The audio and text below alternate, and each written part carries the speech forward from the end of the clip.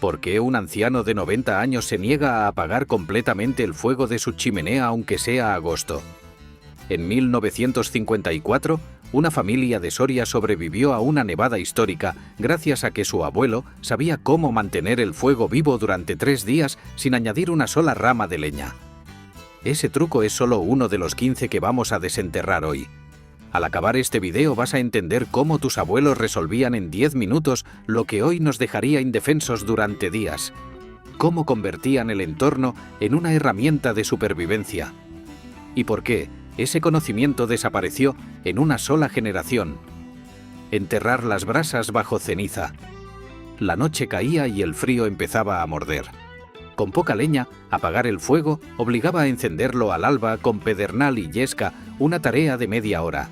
Tu abuelo rastrillaba las brasas hacia el centro de la chimenea y las cubría con ceniza caliente formando un montículo. Sin chispas visibles, el fuego parecía muerto. Pero por la mañana, apartaba la ceniza con el atizador. Las brasas seguían vivas, rojas, listas para arder. Era el rescaldo, técnica que ahorró toneladas de leña durante siglos en la España rural. Nadie te lo explicaba en la escuela. Lo aprendías viendo, generación tras generación, hasta que llegó la electricidad y el conocimiento murió bajo su propia ceniza. Orientar el horno hacia norte. Construir un horno de leña no era solo apilar piedras y rezar. Si la boca miraba hacia el sur, el viento la apagaba. Si miraba hacia el este, el tiro era irregular. Si miraba hacia el oeste, el humo te ahogaba. Los albañiles rurales lo sabían. La boca siempre hacia el norte. Siempre. El tiro funcionaba perfecto. El fuego se mantenía constante. El pan salía dorado y uniforme. Era arquitectura vernácula documentada en tratados que nadie lee. Pero cada pueblo de España tenía hornos orientados exactamente igual. No por casualidad. Por conocimiento acumulado durante siglos de observación empírica. Hoy construimos barbacoas mirando hacia donde nos da la gana. Y después nos quejamos de que no tiran bien. Detectar agua potable con Laurel. Encontrabas un pozo abandonado. El agua estaba turbia. Podía ser potable. Podía matarte en 3 días con una diarrea que te deshidrataba hasta el último órgano. Tu abuelo arrancaba una hoja de laurel del árbol más cercano. La echaba al agua. Si se hundía rápido, el agua era buena. Si flotaba o se hundía muy despacio, algo andaba mal con esa agua. No era magia. Era evaluación empírica de acidez y densidad. El laurel reaccionaba de forma diferente según la composición química del agua. Los tratados de higiene rural del siglo XIX lo documentan. Pero nadie te lo enseña hoy.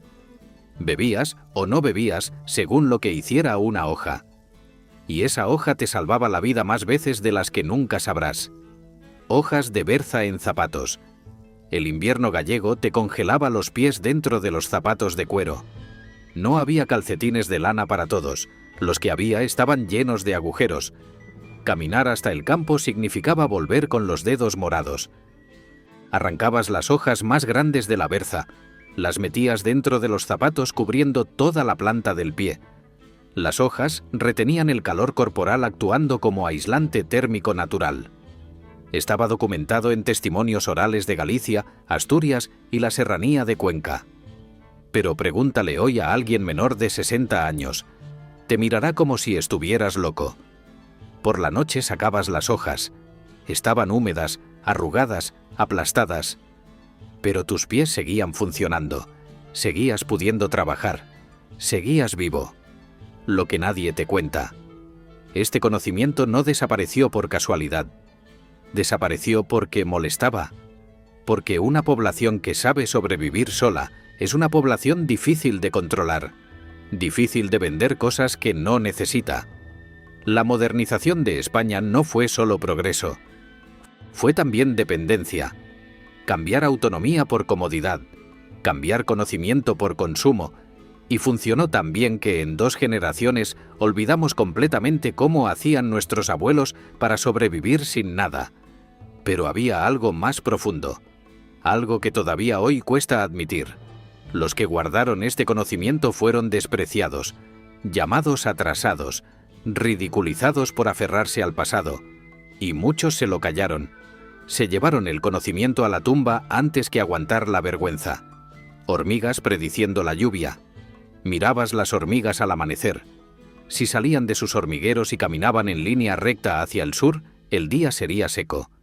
Si salían desordenadas dando vueltas volviendo al hormiguero, llovería antes del mediodía. Julio Caro Baroja lo documentó. El refranero agrícola castellano lo recogió. Pero hoy lo llamamos superstición. Aunque funcione. Aunque los insectos detecten cambios de presión atmosférica que nosotros no percibimos. Los agricultores decidían si segar o no según lo que hicieran las hormigas. Acertaban más que los meteorólogos modernos con sus satélites. Porque observaban. Porque habían aprendido a leer señales que nosotros ya ni vemos. Las hormigas siguen haciendo lo mismo. Pero nosotros hemos dejado de mirarlas.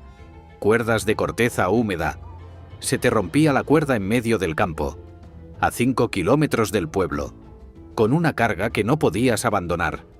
Sin cuerda no había forma de atarla. Sin atarla no había forma de transportarla. Buscabas un olmo o un sauce. Cortabas tiras de corteza lo más largas posible. Las sumergías en agua hasta que estaban completamente empapadas. Las trenzabas mientras seguían húmedas. Al secarse, la cuerda se volvía resistente. Tan resistente como el cáñamo. La técnica estaba documentada en museos etnográficos de Zamora, Salamanca y Cáceres. Cestería y cordería de emergencia que resolvía problemas en minutos. Hoy, si se nos rompe una cuerda, volvemos a casa.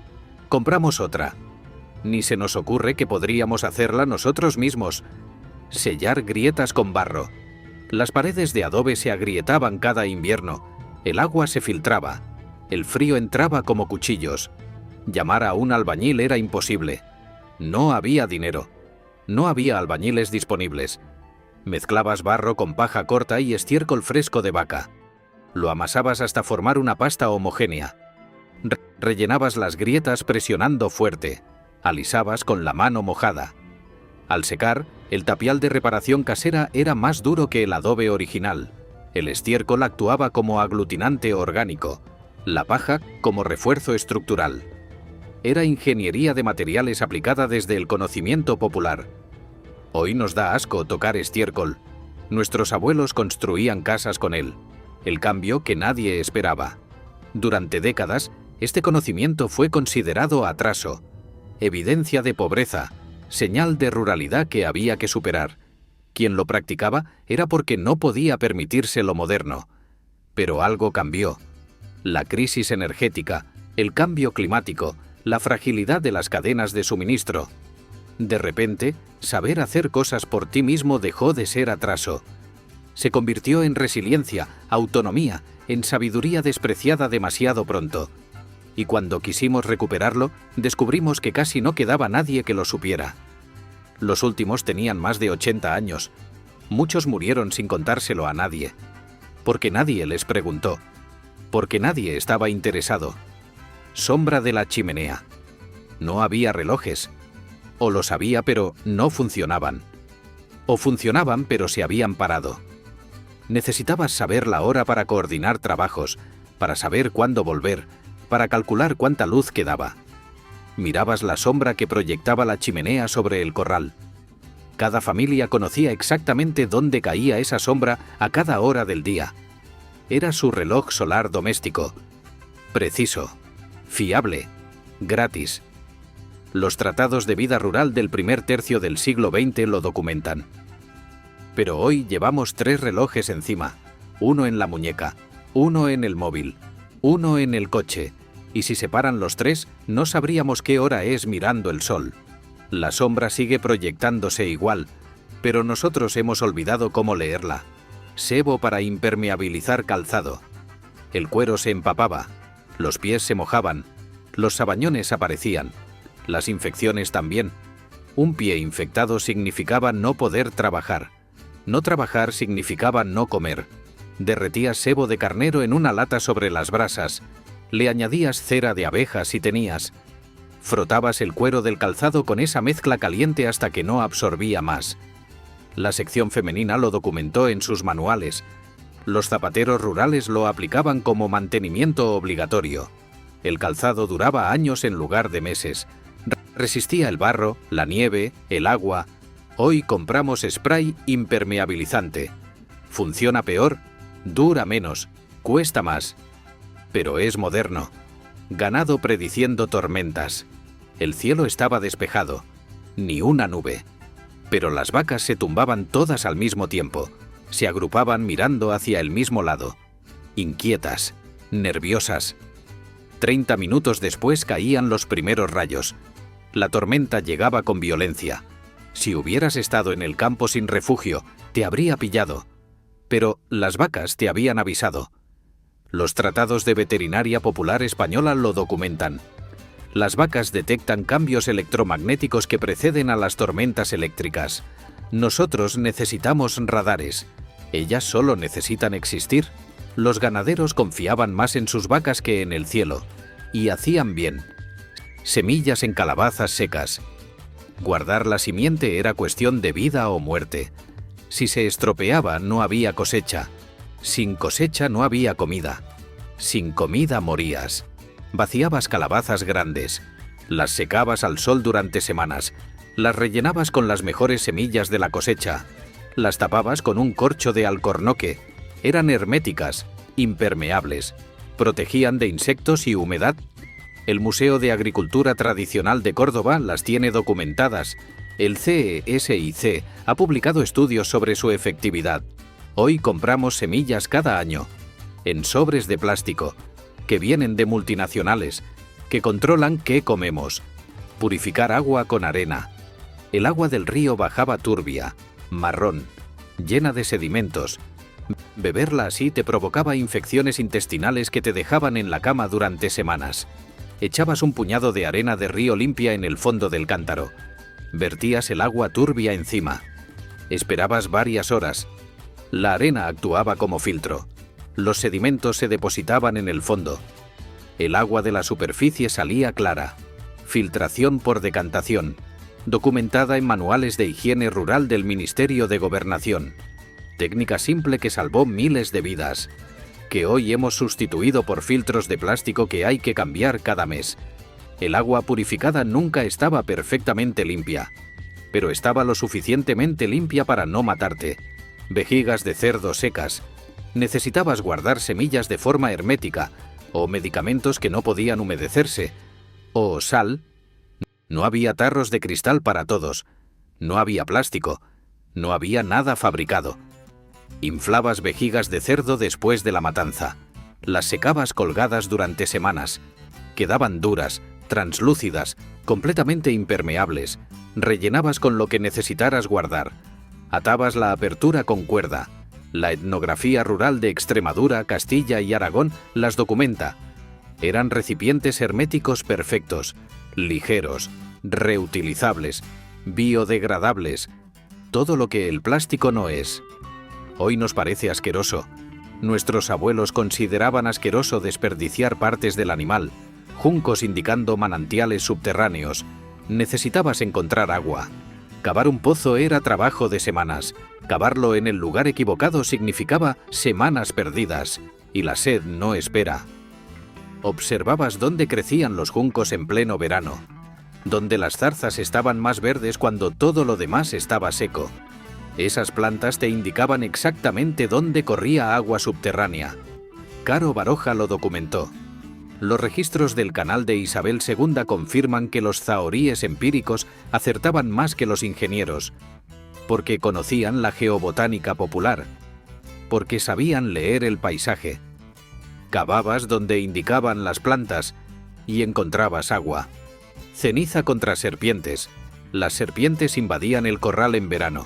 Mordían a las gallinas, mordían a los niños. Una mordedura de víbora podía matarte si el médico estaba lejos. Esparcías ceniza de encina mezclada con sal gorda en todo el perímetro. Las serpientes no cruzaban esa línea. La ceniza alcalina y la sal deshidrataban sus escamas. Les producía un dolor intenso. Testimonios rurales de Extremadura, Andalucía y Castilla-La Mancha lo confirman. Repelente natural que funcionaba mejor que muchos químicos modernos y que no envenenaba el suelo. La ceniza formaba una barrera blanca. invisible para nosotros, infranqueable para ellas. Lo que realmente perdimos, no perdimos solo trucos, perdimos una forma de entender el mundo, una forma de relacionarnos con el entorno donde cada elemento tenía múltiples usos, donde nada se desperdiciaba, donde la observación valía más que el dinero. Perdimos la capacidad de ser autosuficientes, de resolver problemas con lo que teníamos a mano, de no depender de sistemas externos que pueden fallar en cualquier momento, y perdimos algo más profundo: la conexión con generaciones anteriores, el respeto por el conocimiento que no viene de libros, la humildad de reconocer que nuestros abuelos sabían cosas que nosotros hemos olvidado. Estos 15 trucos son una declaración de que la modernidad no siempre es progreso, de que lo antiguo no siempre es atraso, de que hay conocimiento valiosísimo escondido en las manos arrugadas de los ancianos que nadie escucha. ¿Cuántos de estos trucos conocías? ¿Te enseñó tu abuelo alguna técnica de supervivencia que hoy te parezca imposible? Dale a me gusta si este vídeo te ha mostrado un mundo que desconocías, y suscríbete para seguir rescatando la memoria rural que España está olvidando.